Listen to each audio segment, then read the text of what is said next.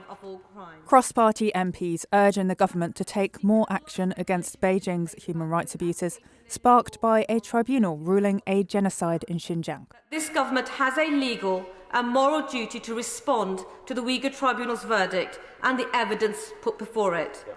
It must stop shirking this duty by using expensive government lawyers to weasel out of acting. To do so is truly reprehensible. Last April, MPs passed a motion declaring that the Chinese Communist Party is committing genocide in Xinjiang, but this motion didn't compel ministers to act. The government has repeatedly declined to officially determine a genocide, saying that the decision lies with what it calls a competent court.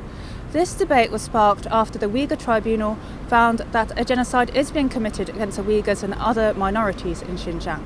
MPs are urging the government to take tougher action, including more sanctions and blacklisting firms that are profiting from slave labour.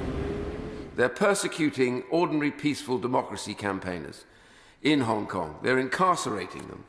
They're persecuting Christians in Falun Gong and others, smashing churches. They've killed Indian soldiers on their border. They've occupied militarily the South China Seas. How much more are we prepared to stand by and watch?